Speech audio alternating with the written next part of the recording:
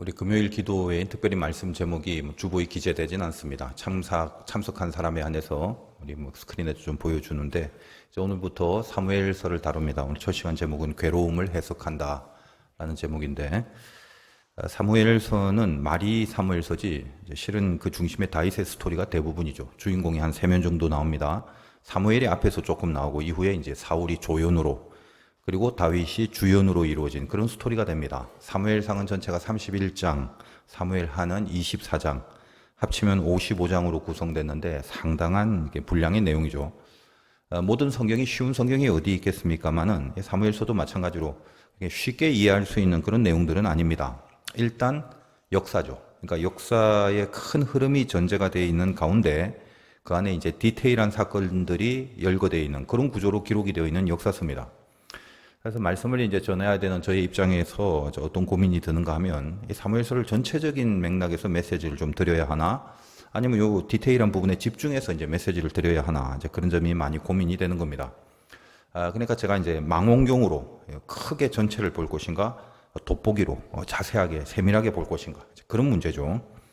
큰 구도에서 하나님이 주신 말씀을 전해야 하나, 또 작고 구체적인 구도에서 전해야 하나, 갈등이 좀 됩니다. 금요 기도에는 기도하는 시간이기 때문에 이 기도회에 전하는 말씀인지라 뭔가 이렇게 기도할 때 붙들 수 있는 그런 말씀을 좀 중요하게 여긴다면 비교적은 작은 구도로 좀 디테일한 부분을 놓고 메시지를 전하는 것이 기도라는 영적 현실에 더 적당할 것 같다는 생각은 듭니다.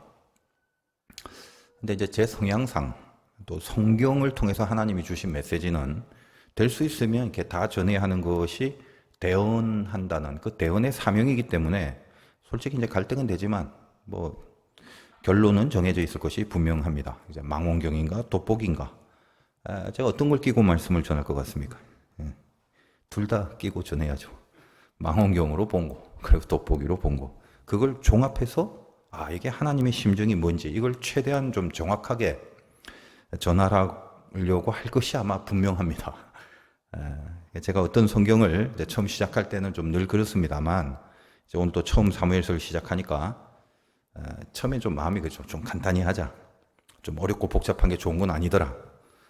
근데 또 이렇게 막상 시작하면 뭔가 모를 이렇게 자꾸 이 사명감, 책임감 이런 게 더 커지다 보니까 결국은 이제 과감하게 생략하는 그런 일들이 참 어렵다라는 걸 매번 느끼고 있는 실정입니다. 그래서 이제 가끔 좀 이제 속으로 타협을 하고자 해서, 그러니까 이번에는 간단하게 하고 이제 다음 기회가 되면 다음에는 이제 그때는 좀 더 자세히 하면 되지 않냐, 뭐 그렇게 좀 타협을 하려고 하지만, 또 이렇게 생각해 보면 사람이라는 게 그렇게 또 기회가 또 있을 거란 보장이 어디 있겠어요. 그래서 결론은 그저 최선을 다하지 않는 게 제일 중요하다. 뭐 내일 죽을지 모르잖아. 제가 내일 죽을지 여러분이 내일 죽을지 어떻게 합니까? 그런 게 인생인데, 그러니까 기회가 될 때 때를 따라 돕는 은혜 중에 성령이 그때그때마다 인도하시는 내용이 있을 것이다. 그러니까 그렇게 그냥 다 맡기면서 그렇게 전하는 게 제일 좋다. 뭐 이런 나름대로의 또 결정을 하고 뭐 그럽니다. 이런 전제를 깔고 사무엘서의 말씀을 전하려고 하는데, 이제 왜 이런 말씀을 지금 제가 드리느냐. 사무엘서는 일종의 역사서입니다. 언급해 드린 것처럼 앞부분에만 사무엘에 대한 내용이 좀 나오지, 그 다음에는 사울왕 그리고 다윗왕, 그 역사의 스토리가 주류가 됩니다. 그럼 다윗 다음에 누가 또 왕이죠? 이스라엘에 솔로몬이죠. 그럼 솔로몬 왕에 대한 내용도 왕의 이야기니까 역사서겠죠. 그 역사서로서 우리에게 주어져 있지 않겠습니까? 당연히 주어져 있죠. 사무엘 상하가 끝나면 이어지는 성경이 열왕기 상하죠. 기억이 안 나실지 모르지만 제가 이제 열왕기 상하에 대해서 뭐 금요 기도회를 통해서 아마 설교를 다 했었습니다. 그러니까 열왕기서는 솔로몬 이후에 이제 바벨론 포로로 끌려가기까지 이스라엘 역사의 내용입니다. 자, 그러면 그 다음에 역대기 상하라는 것도 나와요. 이제 이것도 역사서인데 그건 또 뭐냐? 그냥 이제 간단하게 말씀드리면 사무엘 상하, 열왕기 상하, 역대 상하, 요것이 사무엘 상하와 열왕기 상하의 기간 동안의 역사, 사울에서 시작하여 다윗, 솔로몬, 그리고 유대가 포로로 끌려가는 바벨론 포로가 되기까지의 이 모든 왕의 이 역사를 사무엘 상하, 열왕기 상하를 합쳐서 역대 상하에 다 기록을 해 놓은 겁니다. 그렇게 이제 이해를 하시면 되는 것이고, 역사라는 것이 기록될 때 뭐 왜 역사를 한 곳만 주지, 뭐 삼국사기, 삼국유사 뭐 여러 권 주냐, 헷갈리게. 근데 성경은 사실 같은 내용을 여러 군데에서 다루는 경우가 많습니다. 이유는 하나죠. 정확하게, 더 정확하게 봐라. 그러니까 역사라는 게 어떤 사관을 갖고 있느냐, 여기에 따라 강조점이 달라지죠. 그러니까 사무엘 상하와 열왕기 상하, 여기에 흐르는 역사의 강조점, 그리고 이걸 다 합쳐서 기록한 그 역대기 상하, 그 역사관이 강조하는 강조점, 이게 포인트가 좀 다릅니다. 우리는 이제 이런 것들을 다 같이 접함으로 그것을 종합해서 더 정확한 이해와 해석을 하게 하시는 하나님의 뜻이죠. 그래서 같은 역사의 내용이지만 다른 관점에서 보고 있고, 또 제가 말씀을 전할 때도 망원경으로도 봤다가 돋보기로도 봤다가 이래야 훨씬 더 정확해진다라는 것을 염두에 두고 또 그 전제하에 말씀을 받아야 될 것입니다. 서론이 너무 길면 다 주무실지 모르니까 이쯤 하고, 하나만 다시 좀 강조를 하자면 역사라는 큰 흐름이 지금 어떻게 전개되는가, 이게 하나님 역사인데, 다시 말하면 큰 흐름 속에서 하나님이 하시고자 하는 일이 분명히 있을 것인데, 그 큰 구도를 놓고 이 사무엘서에 등장하는 많은 작고 디테일한 스토리들이 이 큰 흐름의 맥락에서 어떤 메시지로 이렇게 등장하고 있는가, 이 큰 맥락을 겨냥하여 어떻게 우리들에게 메시지를 주려고 하는가, 이것을 연관해서 놓치지 말고 따라와 주시면 사무엘서 안에 깊이 드리워진 하나님의 작정하심, 또 그분의 심정이 뭔지 충분히 우리가 기도의 줄로 잡을 수 있는 그런 은혜가 임할 것이라고 믿으면서 이제 시작을 하겠습니다. 자, 오늘 내용은 너무도 잘 알고 있는 부분이죠. 한나 이야기입니다. 한나가 기도해서 당대 최고의 사무엘을 낳습니다. 사무엘 그러면은 여러 선지자들이 있지만 사실 흠잡을 데 없는 아주 대표적인 선지자죠. 그래서 큰 흐름을 좀 생각해 보겠습니다. 첫 시간이 이게 늘 좀 길어지는 게 문제인데, 하여간 이제 대폭 줄여서 간단히 하겠습니다. 자, 이스라엘이 가나안에 들어와서 여호수아 시대를 거치고 사사 시대를 거칩니다. 여러분 이제 사사기를 알겠지만 하나님은 왕이 통치하는 나라를 원치 않으셨죠. 그래서 저들을 직접 통치하셔야 되기 때문에 곳곳에 그 상황마다 사사를 두어서 재판관을 두어서 그 사사를 통하여 하나님의 뜻을 정하죠. 그러니까 사사를 둬서 이스라엘만이 갖고 있는 그 다른 나라에는 없는 아주 독특한 정치적 시스템, 사사의 제도, 그것을 구축하고 살았습니다. 하나님이 직접 다스린다는 취지죠. 고로 왕이 필요하지 않았습니다. 왕은 내면적 왕, 영적인 왕, 그 인도하심과 섭리의 왕, 그럼 유일하게 오로지 하나님 한 분이어야 하는 나라가 이스라엘이었거든요. 그래서 이제 어떤가요? 그렇게 해놓으니까 그들이 잘 살았나요? 여러분이 이제 사사기를 아시겠지만 아시다시피 개판으로 살았습니다. 사사기의 그 유명한 표현이 대변해주고 있죠. 각기 자기 소견에 옳은 대로 살았다. 지 소견에 옳은 대로 살았다. 지 맘대로 살았다는 거예요. 그러면서도 뭘 요구하느냐? 우리에게 왕 달라, 그거죠. 그런 요구를 하는 이유가 뭘까요? 그 요구들이 말하는 바가 뭐냐 이 말이에요. 왕이 없다는 말이죠. 저들이 인간의 세계를 통치하는 왕을 달라라는 것은 말은 인간 세계를 통치하는 왕정 국가를 이루겠다라는 요구지만, 그 내면에 어떤 영적 상태를 지적하고 있는가 하면 저들에게 영적인 왕이 없는 상태라는 것을 보여주는 겁니다.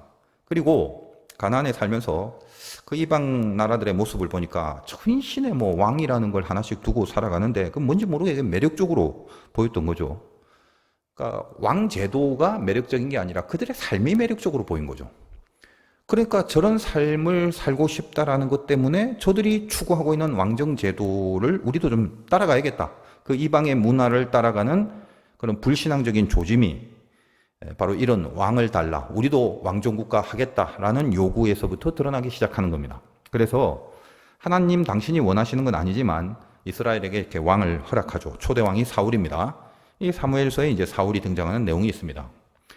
그러므로 사무엘서의 영적 배경이 뭐냐 하면 이렇게 큰 흐름 속에서 생각을 해보셔야 돼요.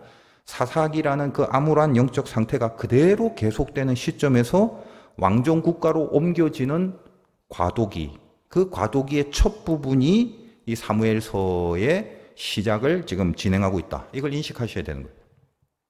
그러니까 여기서 등장하는 사무엘은 사사기 끝에 최후의 사사이기도 하고 왕정을 시작하는 최초의 선지자이기도 합니다. 바로 이 사무엘이 탄생되기까지 에피소드는 오늘 이제 1장, 2장, 3장에 걸쳐 나오지만 잘 알고 있는 내용 아니겠습니까? 그렇지만 요 디테일한 사건을 보기 전에 이제 망원경을 먼저 끼고 바라보시면 지금 전체 이스라엘의 영적 상태가 어떤 역사적 흐름 속에 거하고 있는지를 알게 해 주십니다.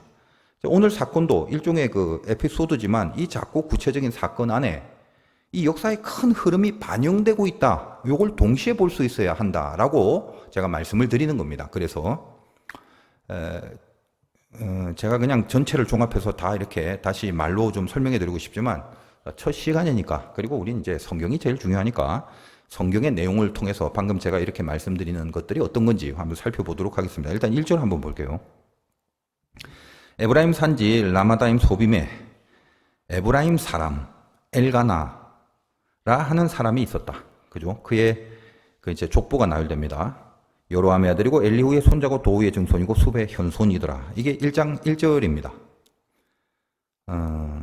엘가나라는 사람의 족보가 나열되어 있는데, 엘가나라는 이름의 뜻이 하나님이 소유하신 자라는 뜻인데, 뭐 이제 우리가 알다시피 엘가나는 사무엘의 아버지입니다. 그 정도는 아시죠? 엘가나는 사무엘의 아버지죠.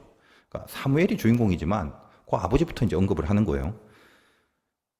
이게 첫 시간이니까 아무래도 이제 처음이라는 시간은 그래도 여러분 좀 집중력이 발휘될 수 있는 시간 아니겠습니까? 그래서 이제 조금 제가 좀 고민했는데 좀 더 깊이 한번 들어가 보겠습니다.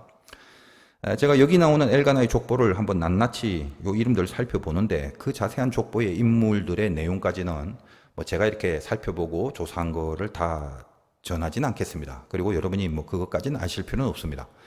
중요한 게 지금 학자들 사이에 많은 논란이 되고 있는 이슈가 있습니다. 이 1절 때문에. 뭐냐?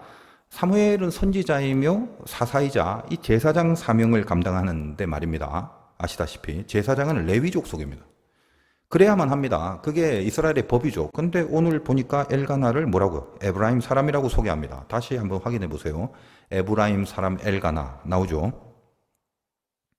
그러면 사무엘이 에브라임 족속이다 이 말인데, 바로 이 한국말로 번역된 에브라임 사람 엘가나라는 그 부분을 뭐 이리저리 학자들이 여기 히브리어가 뭔지 꼭 이렇게 번역을 안 해도 된다라는 뭐 말도 있고, 그러니까 꼭 에브라임 사람이라기보다는 뭔가 그것과 연관된 사람이 아니었나라는 식으로 비슷하게 번역을 할 수도 있는 여지가 있다. 뭐 이렇게 말하는 사람도 있고, 아주 이 1절부터 신학에서 이렇게 논란이 많은 부분입니다. 이 사무엘이 레위 족속이 아닌데 이제 어떻게 제사장 노릇을 하느냐, 이제 그런 쟁점이 있게 되기 때문이에요. 자, 여기 이제 덧붙여서 이런 신분적 정체성과 덧붙여 여기 엘가나의 조상들 그 보니까 쭉 뭐 여로함, 엘리후, 도후, 숲 이런 사람들은 전혀 무명입니다. 우리가 거의 모르는 사람들입니다. 뭐 사실 성경 안에서 유명한 사람도 유명할지라도 우리가 잘 모르는 경우가 많습니다만, 여기 이 사람들 진짜 이 사람들 아주 찐 무명의 그런 사람들입니다. 저 엘리후 한번 들어봤는데요. 이런 분이 있을지 모르는데 욥기에 나오죠. 근데 그 엘리후는 아닙니다. 욥기는 아주 오래된 책이고요. 그러니까 두 가지를 생각할 수 있습니다. 사무엘이라는 당대 최고의 선지자의 이 족보를 소개하는데 레위 족속이 아닐 뿐만 아니라 제사장의 가문이 아니다 이 말이에요. 그리고 뭔가 유명한 흔히 말하는 금수저 가문이 아니라는 거예요. 자, 그런데 역대기를 보면 아까 말씀드렸다시피 같은 역사를 다른 관점에서 봤다고 그랬죠. 역대기에도 이 이야기가 나올 것인데 사무엘에 대한 족보가 등장하는 부분이 있습니다. 역대기 6장에 나오는데 이게 찾아서 꼬치꼬치 설명해 드리고 싶지만 생략하고 내가 이제 말씀을 드리려고 또 마음을 먹다가 첫 시간이라서 오늘은 조금 한번 여유를 좀 가지기로 합니다. 그럼 찾으라 이 말이에요. 역대상 6장 33절 구약성경 618페이지에 있습니다. 첫 단추를 일단 잘 풀어야 되는 거죠. 역대상 6장 33절 제가 그 33절부터 35절만 한번 읽어보겠습니다. 33절 직무를 행하는 자와 그의 아들들은 이러하니 그핫의 자손 중에 이 그핫은 저 앞에 보면 나오겠지만 레위 족속의 그 아들들 있지 않습니까? 그 중에 한 명입니다. 게르손 그핫 므랄이거든요. 그러니까 33절에 직무를 행하는 자, 레위니까 직무를 행하는 자죠. 그의 아들들은 이러하니 그핫 명백한 레위 족속입니다. 그핫의 자손 중에 헤만은 찬송하는 자. 그는 요엘의 아들이요 요엘은 사무엘의 아들이요 사무엘은 엘가나의 아들이요 엘가나는 여로함의 아들이요 여로함은 엘리엘의 아들 엘리엘은 도아의 아들이고 도아는 숲의 아들이요. 이런 식으로 적혀져 있다라는 겁니다. 이걸 내가 확인을 하는 겁니다. 그러니까 사무엘은 결국 그핫이라는 레위 족속의 족보에 들어가 있습니다. 알다시피 여러분 레위, 방금 말씀드린 것처럼 게르손, 그한, 무라리.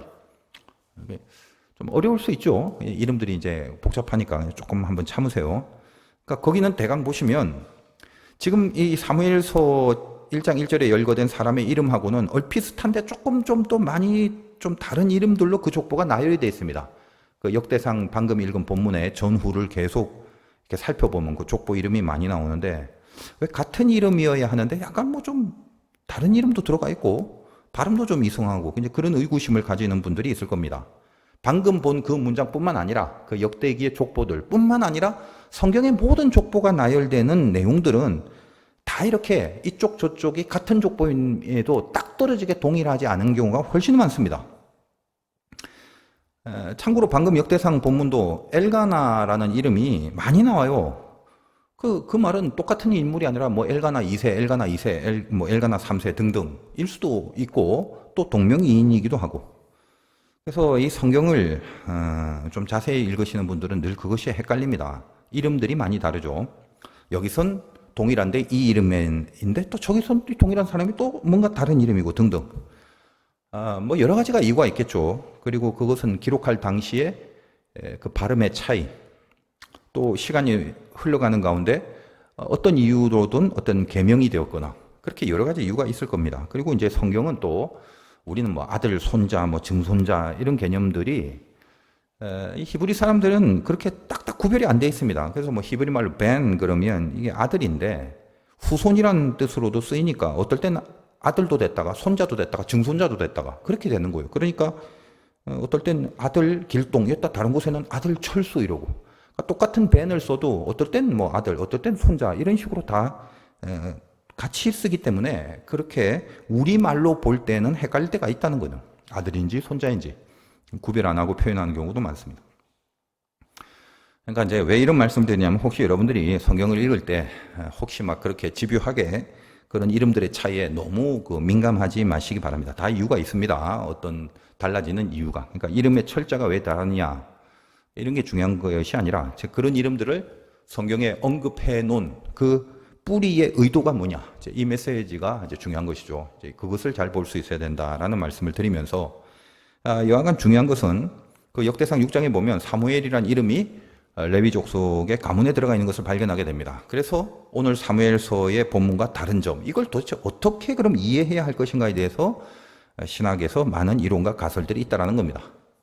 뭐 여러분들은 어떤지 모르겠어요. 뭐 이런 거 확인하게 되면 뭐가 맞는지, 어떤 게 옳은 건지, 아니면 왜 틀린지 뭐 그런 게 궁금하시거나 혹시 뭐 그러신가요? 보통은 이제 별로 관심이 없으실 거예요.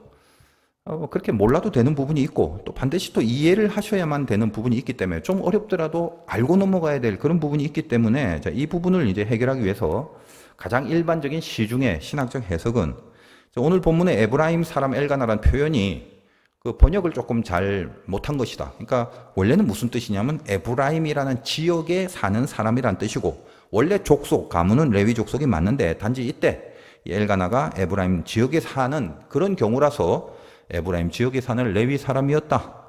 그렇게 해석을 해서 맞춰 나가는 겁니다. 이 사무엘서와 역대기의 족보를.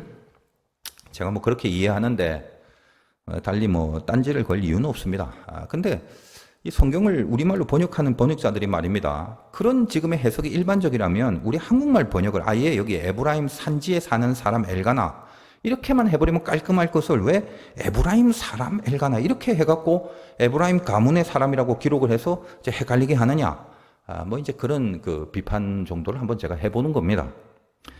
지금 제가 뭐 이렇게 복잡하게 다 파헤치는 것은 여러분들 좀 어렵게 하려고 하는 게 아니라 첫 시간인데 자, 이 부분이 사무엘서 가장 첫 장 첫 절에 기록된 것에 대해서 무조건 하나님이 그냥 맹목적으로 이런 말을 해놓지는 않았을 거다 이 말이에요. 어떤 의미 의도, 그 메시지가 없을 수 없기 때문에 제가 이제 그냥 넘어갈 수 없었습니다. 그러니까 그냥 막 신학자들이 사무엘서와 역대상의 이 어떤 그 순서를 일관성 있게 맞추려고 일반적인 해석을 하는데 그 일반적 해석들을 일단 그냥 그러려니 하고 다 무시해버리고 예를 들면 우리에게 지금 주어진 이 성경 그 자체의 팩트만 딱 놓고 본다면 우리가 뭐 신학자도 아닌데 그들이 어떻게 어떤 근거를 갖고 어떻게 해석하는지까지는 잘 모르잖아요. 그러니까 우리에게 주어진 딱 이 성경, 이 내용 자체의 팩트만 놓고 한번 본다면 이런 거예요. 레위 족속이 아니었잖아요. 여기 에브라임 출신이다 이 말이죠. 그 다음에 그 족보들에 있는 사람들이 다 찐 무명의 사람들이다 이 말이죠. 레위 족속도 아닌 어떤 무명의 흙수저 출신의 사람이, 그렇죠. 그게 사무엘상에서 등장하는 사무엘의 정체입니다. 그것이 1장 1절이에요. 그 흙수저의 사람이 나중에 저 뒤에 역대기에 가면은 레위 족속의 반열에 들어가 있게 되었더라. 그건 역대기죠. 그 사람이 바로 그 유명한 사사기의 마지막 어둠의 시대에 쓰임받은 제사장 사무엘이더라. 그 말을 하려고 하는 것입니다. 그러므로 원어 번역이 뭐 정확히 뭔지, 어떤 이해를 해서 이 두 가지의 족보의 일관성을 둬야 되는지, 그런 점은 그냥 잘 몰라도 됩니다. 학자들이 일반적으로 말하는, 제가 말씀드린 그런 이유로 인해서 원래 레위 가문인데 사무엘 본문에는 그 사는 지역을 에브라임이라고 소개한 거다. 그냥 그렇게 이해하셔도 그냥 됩니다. 그런 건 뭐 중요한 게 아닙니다. 그렇게 이해를 하든 아니면 난 좀 더 뭔가 예리하게 학문적으로 다르게 한번 분석을 하고 싶다. 뭐 그렇게 하든 우리가 붙들어야 될 이 성경의 메시지는 제가 방금 말씀드린 그 결론입니다. 왜 이렇게 우리에게 이 성경이 기록돼서 지금 전해지고 있는가? 뭐라고 그랬죠? 아무것도 아닌 자가 하나님의 사람으로 귀하게 쓰임 받았더라. 그 사명을 온전히 감당한 증거로 그가 레위 족속임을 적어도 성경이 인정하더라. 레위와 같은 사명, 그 거룩한 하나님의 일을 감당한 것을 성경이 인정하더라. 그겁니다. 그리고 왜 이 사무엘이 태생적으로 이렇게 아무것도 아닌 족속이라고 언급을 시작하려고 하는가 하면, 이제 등장하는 흙수저와는 다른 금수저 집안의 엘리 제사장의 모습과 비교하기 위함입니다. 그래서 1장 1절에 이 족보를 통해서 사무엘의 정체를 아무것도 아닌 레위 족속도 아닌 것에서 시작됐는데, 나중에 설명드리겠지만 금수저 집안인 이 엘리의 가문을 뛰어넘고 능가하는 진짜 레위 족속의 역할을 하는 사람으로 하나님이 사용하시더라 라는 것을 이 거대한 역사 속에서 우리에게 제시하고 있는 단서가 바로 1장 1절이 되는 것입니다. 이렇게 디테일하게 설교를 했다가는 사무엘서를 끝내는데 10년이 걸리게 되겠죠. 근데 이제 시작이니까 중요한 단추를 잘 풀고 들어가야 되기 때문에 오늘은 조금 이렇게 자세하게 다룹니다. 바로 그 귀한 사람 사무엘이 어떻게 이 땅에 태어나게 되었는가, 그것이 서두에서 우리에게 소개하는 내용이 되는데, 자, 이제는 요 돋보기를 벗고 조금 더 망원경을 끼고 봅니다. 이제 다음 시간에 등장하겠지만 여러분이 잘 아는 제사장 나옵니다. 누구냐? 엘리 제사장이죠. 이 정도 상식을 모른다면은 좀 힘듭니다. 그러니까 여러분 읽어와 주시기 바라고. 우리가 알다시피 엘리, 이건 당대의 제사장인데 전혀 제사장답지 못한 인생을 살고 있다는 것을 아실 겁니다. 특별히 그의 두 아들, 그 유명한 홈리와 비느하스, 좀 심하게 말하면 뭐 심한 것도 아니에요. 망나니의 양아치들이죠. 보면 제사장인데도 불구하고 헌금 자기가 가져가고 여자들 죄다 건드리고 살아갑니다. 예나 지금이나 보니까 똑같아. 제사장인데, 요즘 같으면 목사들인데, 교회 지도자들인데 하는 짓이 일반 범죄인들보다 더 흉측한 짓거리들을 하고 살아갑니다. 그런데도 그 아버지 엘리는 그 아들들을 제지하거나 심판하지 않습니다. 그리고 알다시피 한나의 깊은 영적인 기도를 엘리가 제사장인데 그걸 보고도 술 취해서 헛소리하는 걸로 판단합니다. 자기가 기도를 안 해본 사람은 기도의 경지를 모르죠. 그러니까 제사장의 영성이 그 정도로 바닥을 치고 있다는 겁니다. 그러니까 엘리의 등장부터 한번 보세요. 이게 참 의미가 심장하고 성경이 참 깊은데, 언제 등장하냐면 이제 다음 시간에 하겠지만 1장 9절 보십시오. 그들이 실로에서 먹고 마신 후에 한나가 일어나니 그때 제사장 엘리는 여호와의 전 문설주 곁 의자에 앉아 있더라. 이 여호와의 전은 성막이고 실로에 있습니다. 그러니까 제사장이니까 거기 있어야 되는데 의자에 앉아 있대요. 아니 뭐 의자에 앉아 있는 게 뭐 잘못인가요? 근데 이것이 주는 영적 의미가 뭐냐? 영적으로 비대해졌다라는 걸 말합니다. 왜냐하면 나중에 보면 엘리가 이 의자에서 뒤로 넘어져 목이 부러져 죽음을 맞이합니다. 실수가 아니라 영적 비대함의 내용들이 그 뒤에 계속 나옵니다. 이제 차차 다룰 겁니다. 차차 살피겠지만 이 시대를, 이 역사의 큰 흐름을 지금 조망하는 모습들이다 이거예요. 영성이 다 무너져 버리고 제사장들은 거의 범죄자들로 살아가는 아주 어두운 시대를 살아가고 있더라는 것입니다. 지금 우리 시대는 어떤가요? 이런 암흑이 덮여져 있지는 않는가? 한번 생각해 볼 필요가 있겠죠. 제사장이란 영적 구심점, 이것이 이 모양이니까 비록 사무엘의 아버지인 엘가나가 아무리 신앙이 있다 할지라도 오늘 배경이 뭐죠? 엘가나는 신앙이 있는 사람이었는데도 2절을 한번 보십시오. 그래서 그에게 두 아내가 있으니 한 사람의 이름은 한나요, 한 사람의 이름은 분인나라. 분인나에겐 자식이 있고 한나에겐 자식이 없었더라. 엘가나가 신앙이 있다 한들 나중에 보면 뭐 이렇게 때 되면은 실로에 가서 예배드리고 그러잖아요. 신앙인이다 이 말이에요. 그런데 뭐죠? 아내를 둘을 둡니다. 이것부터 문제예요. 지금 이스라엘은 일부 일처제예요. 그러니까 한나를 아내로 두고 살다가 이제 자식을 못 낳으니까 분인나를 두 번째 아내로 맞이한 겁니다. 그래서 분인나가 자식을 낳죠. 아브람도 그런 잘못으로 인해서 하갈을 맞이하고 이스마엘 낳았죠. 근데 그 잘못으로 인해서 지금 이슬람이 만들어진 것입니다. 얘기하면 또 길어지니까 생략하고. 분인나라는 이름이 루비, 진주. 그러니까 이거 보석을 말하는.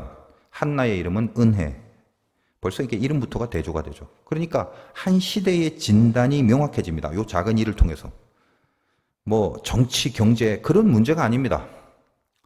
그 시대의 하나님의 중심점. 예나 지금이나 오늘날로 치면 뭐 옛날에도 마찬가지지만 교회, 하나님의 사람들, 이 교회가 타락을 하면 교회와 전혀 상관없는 세상이 다 나락의 길로 접어드는 겁니다. 교회의 타락은 어떻게 이루어지는 건가요? 그러면 말할 것도 없이 제사장이 타락하거나 교회 지도자가 타락하거나 또 하나 그 타락한 제사장이나 지도자를 따라가 버리면 그러면 끝나는 겁니다. 여러분, 우리 예수 믿는 사람은 억울하지만 책임감을 갖고 살아야 돼요. 혹시 전혀 신앙과 상관없는 내가 살고 있는 세상이나 나라나 세계가 엉망이라면 그들의 잘못이 아니라 우리의 잘못이다라는 책임감을 갖고 살아간다는 거예요. 하나님은 우리를 보고 다스리지 저 안 믿는 세상 사람들의 조건과 여타의 저들의 어떤 저들의 조건과 저들의 모습을 보고 다스리지 않습니다. 굉장히 비밀스러운 일인데 그래서 예전에 뭐죠? 그 천주교에서 내 탓이요. 참 중요한 말이에요. 그게 우리가 이런 감각을 좀 알 필요가 있고 지금 이런 얘기를 계속 하는 거잖아요. 이 교회의 그럼 타락은 어떻게 이루어지나? 당연히 중심이 되는 지도자와 제사장이 타락하고 또 그걸 추종하는 세력이 같이 하나가 되고 그럼 여기 제사장이 엉망이니까 엘리가 엉망이니까 그 밑에 평신도인 엘가나도 무슨 종교인 같이 살긴 하지만 삶의 근본이 뭐다? 엉망이란 걸 말해주고 있는 거예요. 제사는 잘 드려요. 부지런히. 아내를 둘 둡니다. 삶은 전혀 신앙적이지 않다는 거예요. 이거에 대한 시사를 지금 계속 우리들에게 하고 있는 거죠. 3절 보십시오. 이 사람이 매년 자기 성읍에 나와서 실로에 올라가서 만군의 여호와께 예배하며 제사를 드렸는데 엘리의 두 아들 홈리와 비나스가 여호와의 제사장으로 거기에 있었더라. 여러분 이제 그냥 읽으면 그런갑단데 이거는 지금 이 엘가나가 매년 이렇게 성읍에서 실로에 올라가서 예배를 잘 드리는구나, 참 귀한 사람이다라는 내용의 진단을 하려는 게 아닙니다. 제가 봤을 때는 그렇게 아내를 둘이나 뒀는데도 불구하고 예배는 드리더라 이 말이에요. 그리고 동시에 무슨 말이 있습니까? 엘리의 두 아들 홈리와 비느하스가 거기 제사장으로 있다. 이 말은 뭐 하려고 집어넣은 겁니까? 다 이렇게 하나님 앞에 인정받지 못한 짓을 하고 있는 상황을 얘기하는 거다 이 말이에요. 지금 이 실로의 회막이 있습니다. 그때는 솔로몬 성전이 있는 시대가 아니니까 우리가 알고 있는 성막이 거기에 있었던 건데, 그러니까 우리가 지금 예배드리듯이 늘 예배드리러 간답니다. 표현이 그래요. 그냥 예배드리고 산다. 그 정도란 말이죠. 그래도 뭐 그냥 어쨌든 신앙인이더라. 아내를 2명씩 두면서 예배는 그냥 잘 드리더라. 이런 뉘앙스가 숨어져 있습니다. 근데 그 성막의 제사장들이 알다시피 이름까지 언급하면서 소개되고 있죠. 그러니까 이 돋보기와 망원경을 같이 보셔야 한다고 했습니다. 왜 이 홈리와 비느하스를 언급하나요? 당시 영적 암흑 상태를 말하고 있는 거죠. 뒤에 이제 나오겠지만 당시 이제 엘리가 제사장이지만 노쇠하고 이제 쇠약하고 이러다 보니까 실제적 제의식은 거의 이 아들인 홈리와 비느하스가 담당했던 실제들입니다. 그러니까 굳이 말하자면 현역이고 둘이는 엘리는 이제 나이 들어서 원로 쪽으로 가는 거고. 아버지 엘리가 노쇠해지면서 모든 제의식이 그의 아들들이 하는 건데 이들이 거행한다 이 말이에요. 그러니까 예배를 드린답시고 가기는 가는데 갔더니 그 교회 지도자가 엉망인 자들이라 하는 것을 이 3절에 이렇게 지금 표현하고 있는 것입니다. 이게 뭐다? 시대다. 이 시대의 영성이 이렇다는 거예요. 4절과 5절 보겠습니다. 엘가나가 제사를 드린 날에는 제물의 분깃을 그의 아내 분인나와 그의 모든 자녀에게 주고 한나에게는 갑절을 주니 이는 그를 사랑함이라. 그러나 여호와께서 그에게 임신하지 못하게 하시니 제사를 드린 제물을 이제 제사 드리고 나서 또 남는 것을 나누어 주는 걸 보면 이 제사는 이제 화목제라는 걸 알 수 있는데 한나에겐 갑절을 준다고 합니다. 자, 엘가나가 한나를 그만큼 생각하고 뭔가 이 조강지초로 대우를 해준다는 것을 말하는데, 근데 문제는 이제 한나가 임신을 못하는 거죠. 그렇게 하나님이 하셨다라고 내용이 나와 있습니다. 그러니까 그 부림에는 하나님의 뜻이 있더란 말입니다. 그 뜻이 뭔가요? 한나를 연단하는 것이다라는 걸 우리는 이 사건을 통해서 이미 잘 알고 있습니다. 그리고 조금 더 길게 본다면 이 어려움과 고난 속에서 하나님이 사무엘을, 한나의 신앙을 근거로 사무엘을 낳게 하고 이 사무엘을 낳는다는 게 한나의 한 인생을 해결해 주는 돋보기적인 영감과 돋보기적인 은혜도 있지만 이 사무엘을 통해서 망원경적인 전체의 어둠의 세력을 하나님이 다스려 나가는 하나님의 섭리의 주인공 사무엘이 나왔다라는 얘기와 연관이 되고 매치가 되고 있는 것입니다.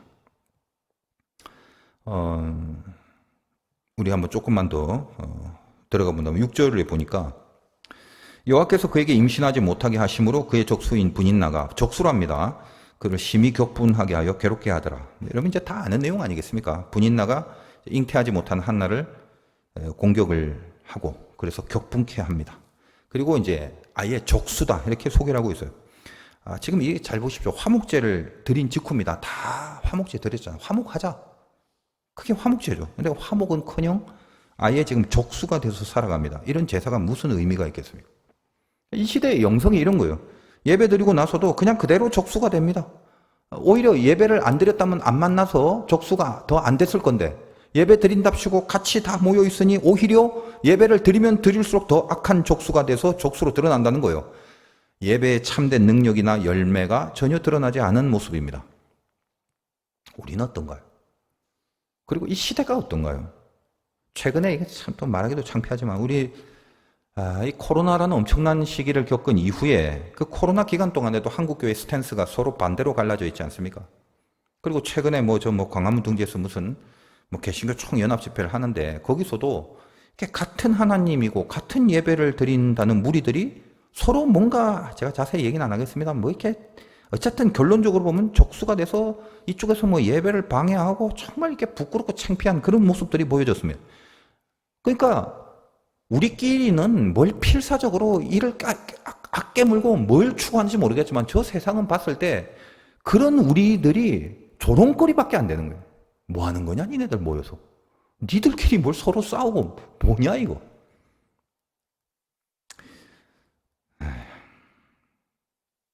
참 이게 부끄럽고 창피한 모습들인데 다 같이 근데 뭐죠? 다 같이 예배라고 합니다. 그리고 다 같이 성령이 함께 하시는 예배라고 하면서 결론은 뭐다? 오늘 이 분인나와 한나처럼 서로 대적하고 적수가 돼버립니다. 그러니까 이게 오늘 사무엘 시대의 상황과 오늘날 그렇게 다르지 않다고 봐요.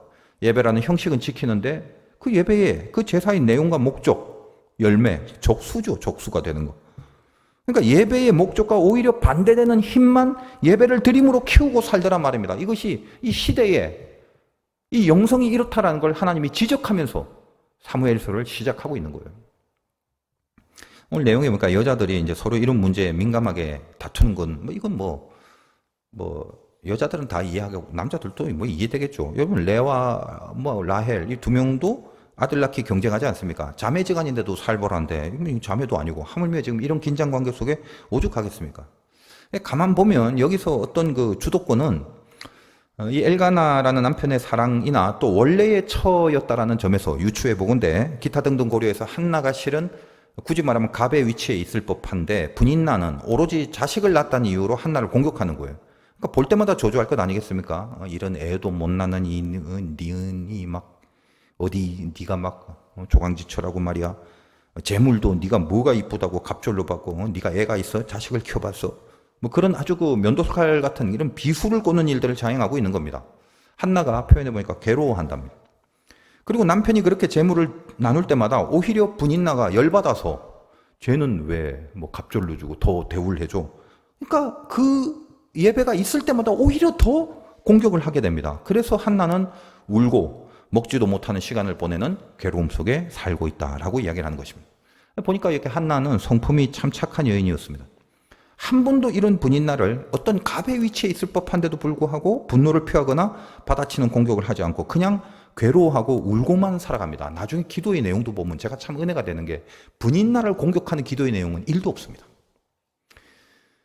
분인나가 참 못된 거죠. 그러니까 상황을 보면 참 이 열받게 만드는 게 이게 분인나거든요. 근데 저는 이제 오늘 말씀을 묵상하면서 개인적으로 묵상을 할 때 이 분인나보다는 그 한나의 남편인 엘가나에게 훨씬 더 제가 문제가 많다고 여겨집니다. 남편이 뭐라고 하냐면 이런 상황에서 8절 보세요. 오늘 마지막 8절. 그의 남편 엘가나가 그에게 이르되 한나여 어찌하여 울며 어찌하여 먹지 아니하며 어찌하여 그대의 마음이 슬프냐 내가 그대에게 10 아들보다 낫지 아니하냐 하니라 이렇게 얘기하면 이게 지금 위로가 되나요? 내가 지금 10 아들보다 낫지 않냐 여기 뭐 아내 되시는 분들에게 묻습니다. 지 남편이 10 아들보다 좋으신 분 손 들어보세요. 응? 여기 아들 있으신 엄마들 자기 남편이 아들보다 좋은가요? 그런 아내분들 제 거의 없습니다. 제가 예전에 한번 그 집에 들어가서 냉장고 열어봤는데 요구르트 같은 게 있더라고. 배가 고파. 그걸 이제 따서 마시려고 하는데 우리 집사람이 그 성의가 좋아하는 건데 왜 그걸 먹냐고. 아니 배가 고파서 그거 하나 좀 마셔보려고 하는데 관리실을 받았습니다. 엄마는 늘 아들이 최고입니다. 남편은 근처에도 못 가요. 그러니 한나가 지금 아들이 없는 거 그거 하나가 크게 서럽고 그 이유 때문에 온갖 수모를 그대로 감수하고 살아가는 건데 남편이 옆에서 그럼 뭐 아들이 중요하냐 내가 있잖아 나 하나면 충분하지 그런 식으로 말하는 겁니다. 엘가나가 참 생각이 없어요. 그러니까 예배는 잘 드리는지 모르겠지만 지금 이 본문을 보니까 뭐 제사는 부지런하게 잘 되는 것 같습니다만 근데 개념이 없죠. 지금 이런 일이 있으면 명백히 분인나의 잘못인 걸 파악하고 절대 다시 괴롭히지 못하게 어떤 조치를 취해줘야 되는데 이거 엄한 소리를 지금 한나에게 하고 있는 거예요. 아마 한나가 이 남편 때문에 분통이 터져서 더 열심히 기도했을지 몰라요. 그렇게 본다면 실제로 한나를 연단해서 이 강한 믿음의 여인으로 만들어준 도구들이 분인나도 있고 그의 남편 엘가나도 있고 그랬다라는 것을 알게 되는 것입니다. 그래서 1장 전체를 사실 이제 한 번에 묵상을 하면 전체적인 메시지가 나올 건데 오늘 첫날이니까 지금 이 8절까지만 놓고 제가 이제 묵상을 하자면 세상은 이미 엉망이 되어버려서 사사시대의 끝물에 이르렀고 여기서 그나마 믿음의 기준이 되어야 될 제사장의 영성은 지금 바닥을 치는 형국에 놓여서 이제 이스라엘이 왕을 세우든 말든 이미 그 시대의 어두운 이 흑암들을 과연 무슨 수로 이제 극복해 나갈 것인가 그런 문제가 이 시대의 문제일 뿐만 아니라 지금 우리 현실에도 동일하게 다가올 때가 있더라는 것입니다. 전 지금 이제 우리나라가 이런 암흑기 속에 있다고 생각합니다.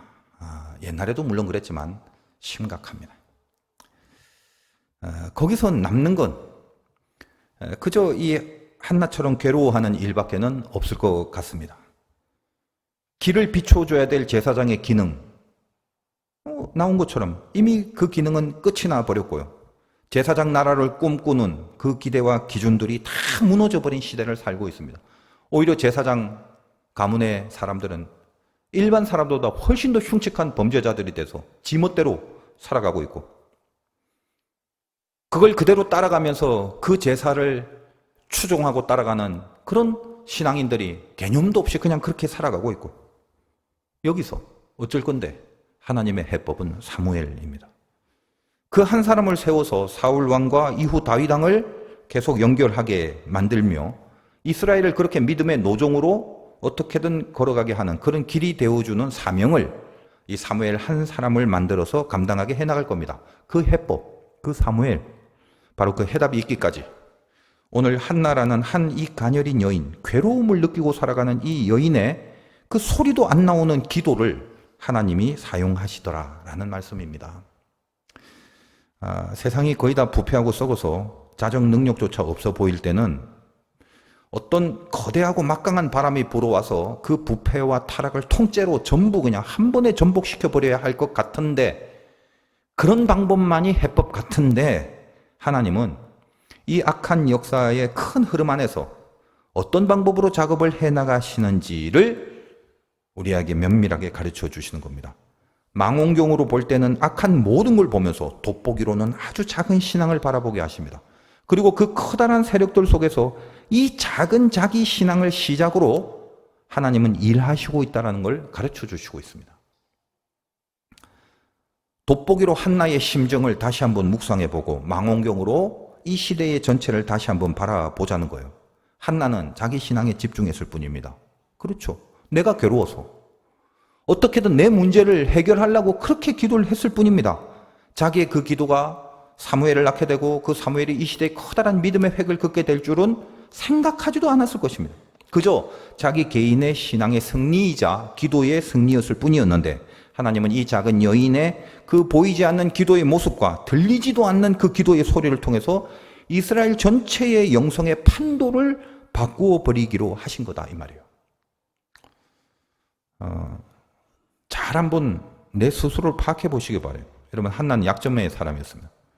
누구나 다 약점이 있습니다. 그것 때문에 참 괴롭습니다.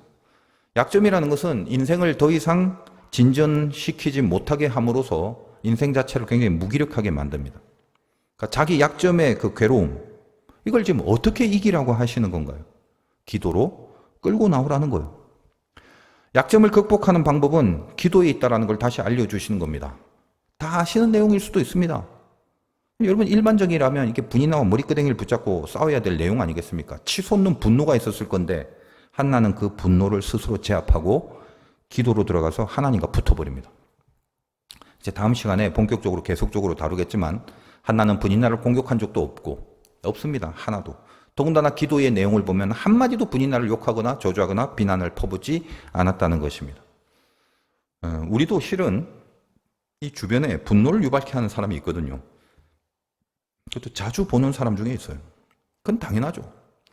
두 번 볼 사이가 아니라면 분노가 올라올 이유가 뭐 있겠습니까? 그냥 다시는 안 보면 되지. 근데 늘 분노 유발자는 가까운 곳에 있어요.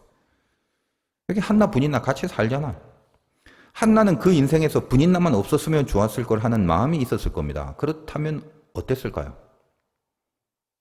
뭐 행복해서 성낼 일도 없었을지 모릅니다만 동시에 기도할 일도 없게 되었을 것입니다. 틀림없습니다.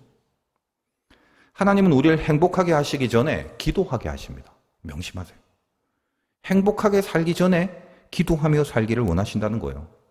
만약에 분인나가 경록해 해도 혹시 남편이 개념 잡고 한나 편에서 한나가 속이 시원할 정도로 막 그렇게 잘 처세를 했다면 또 오히려 그것으로 인해서 자기 약점이 기도의 제목이 되지 못했을 것입니다. 격분시키는 분인나, 개념 없는 남편, 이 사이에서 그 모든 것들을 억누르고 죄 쪽으로 터뜨리지 않고 기도 속으로 끌고 들어왔던 한나. 결국 믿음의 관점에서 보면 분인나는 한나의 인생에서 가장 필요한 존재가 되어준 거죠. 믿음의 관점을 갖고 본다면. 어리석은 남편도 영적으로는 한나에게 필요한 존재가 되었던 것입니다. 이것이 신자가 괴로움을 해석하는 기준입니다. 우리 인생도 영적 분인나가 있지만 바로 그 인간 혹은 그 사건 때문에 내가 어느덧 영의 사람이 된 것이고 영의 사람으로 살도록 나를 이끌어가는 힘을 느끼게 되고 그 경험 속에 들어가게 된 겁니다. 복수의 자리가 아니라 기도의 자리로 가게 되면 분노를 품고 기도하거나 대적에 대해서 저주하는 기도는 결코 나오지 않습니다. 여러분이 정말 주님의 이름으로 성령의 감동으로 기도를 하게 된다면 말할 수 없는 탄식의 용성이 이게 가슴에서 생겨질 것이기 때문에 진짜 기도는 절대로 분을 품거나 분을 내면서 하는 기도가 될 수 없습니다. 분노를 누르는 그 힘이 기도가 터져 나오는 힘으로 바뀌는 것, 이게 믿음이에요. 한나가 그 기도를 했다는 거예요. 여러분, 제일 위험할 때가 분노할 때라는 걸 절대 잊지 마세요. 사람에게 있어서 지정의 중에 가장 강력한 게 정입니다. 감정이란 말이죠. 그 감정의 불화살을 맞으면 제가 성경 공부할 때도 말씀드렸지만 끝에는 뭐죠? 결국 분노와 혈기가 나오게 됩니다. 그러면 성령이 전혀 개입할 수 없는 상태가 돼요. 그럼 끝난 거예요. 분노가 올라와서 분노가 장악했다. 그 다음부터는 답이 없어요. 그때부터는 마귀가 원하는 대로 조종이 다 돼버립니다. 한나는 그 분노를 기도로 바꾸는 자리에 간 겁니다. 이거 어려워요. 근데 이게 진짜 승리였습니다. 한 암흑의 시대와 역사의 흐름을 다 때려 뒤집어 엎는 전복시키는 그런 위력보다 훨씬 더 강하고 하나님이 훨씬 더 인정하고 오히려 그거를 통해서 세상의 권세를 조금씩 다스려 나가는 그 조건으로 한나의 이 기도를 하나님이 사용하셨다는 것을 명심하셔야 되는 거예요. 나라와 세상이 극도로 부패해지고 신앙의 모습이라고는 찾아볼 수 없는 그 현실에서 하나님은 한나 한 명이 분노를 기도로 바꾸는 신앙 바라보시고 그 작은 싹을 키워내셔서 사무엘을 낳게 하시고 다윗의 가문으로 이어지는 큰 그림을 그리고 계셨던 것입니다. 여러분이 괴로움을 당할 때 그거 해석하셔야 돼요. 한나처럼 그거 갖고 기도 자리로 가야 한다는 겁니다. 기도가 있는 자녀들에게는 괴로움이라는 것은 한갓 기도의 불을 피우는 땔감에 지나지 않습니다. 그것이 괴로움에 대한 성경의 해석입니다. 나 개인이 뭘 기도해야 되는지, 그리고 그것이 나아가서는 결국 이 큰 흐름 속에 선한 영향력을 나도 모르게 끼치게 하는 하나님의 통치 방법이 되어줄 것입니다. 제발 좀 잊지 마십시오. 뭐 세상을 뒤집었고 위정자들이 뭘 잘하겠고 뭐 어떤 속으로는 좀 이제가 욕이 나올 것 같은데 호들갑 떨지 마시란 말이에요. 우리는 다 한나의 자리에서 내가 하나님 앞에 요구하고 하나님이 나에게 원하시는 그 작은 그 승리조차 하지 못하면서 그 외식하는 그 덜 떨어진 그리고 마귀의 조종 속에 분노와 격분과 화와 분열만 치솟는 그런 행태들로 어떤 신앙적 승부를 보려고 하는 아주 잘못되고 마귀의 유혹과 공격에 넘어가 버리는 어리석은 신앙의 삶 살지 마시고 오늘 이 시대를 판별하고 진단케 해주시는 이 첫 부분의 메시지부터 네가 한나다. 네가 한나의 승리를 해야 나라가 바뀐다라고 얘기를 하고 있는 것이 하나님의 말씀이더라는 것입니다. 이것이 망원경과 돋보기의 상관관계로 사무엘상을 파악하는 하나의 영감일 수 있습니다. 왜 이러냐? 세상이, 환경이, 상황이, 나라가, 교계가 왜 이렇게 돌아가냐? 못 해먹겠다. 그쪽으로 가시면 안 됩니다. 잠시 경록해 될 조짐이 있을지라도 오늘 이 말씀을 붙들 수 있는 사람이라면 한나 같은 기도로 바꾸어내시는 영역이 있으리라. 그렇게 믿으며 여러분에게 그 작은 믿음의 승리를 통해서 주어질 사무엘을 그걸 꿈꾸시고 승리하시기를 주님의 이름으로 축원드립니다.